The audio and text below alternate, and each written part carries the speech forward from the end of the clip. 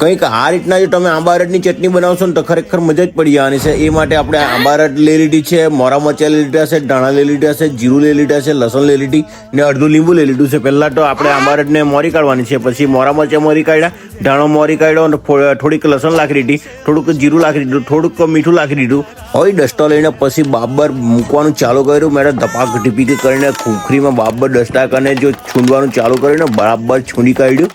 આંબા અરડની એકદમ ચટણી ને ટકાટક કર નાખીને પછી એક લીંબુ નીચવી કાઢ્યું ને બરાબર મિક્સ કરી નાખ્યું. મિક્સ કરીને પછી એક કાચનું ટિફિન હતું તેમાં ભરી દીધી ચટણી. એટલે અઠવાડિયું સુધી ટેન્શન રહી જ નહીં ખાવાનું. એટલે જ્યારે જોઈએ ત્યારે આપણે ચટણી અંદરથી ટિફિનમાંથી કાઢીને પછી ખાઈ લેવાની. પછી મેં તો એકદમ માર્કેટમાંથી ફ્રેશ મૂરા લઈ આવ્યો ને પછી તે ચટણી બનાવેલી તે મૂરામાં બી નાખી ને પછી દહીં, ખીચડી, મગનું શાક ને આંબા અરડની ચટણી ને પછી ચોખાના રોટલા પછી ખાવાનું જો ચાલુ કર્યું ને સબડાક સુબડુક કરીને જે મગનું શાક બી બહુ ટકાટક લાગતું થઈ ગયું.